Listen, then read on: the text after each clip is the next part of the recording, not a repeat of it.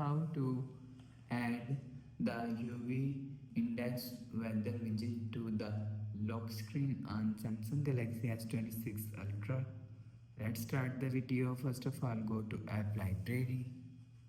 Here click on Settings app. Now in Settings, scroll down and click on Lock Screen and Wallpaper and Style. After click on Wallpaper and Style, click on Lock Screen and click on Widget. If you want to add UV Index Weather Widget, scroll down and click on Weather. After click on Weather Widget, so you will see UV widget is here.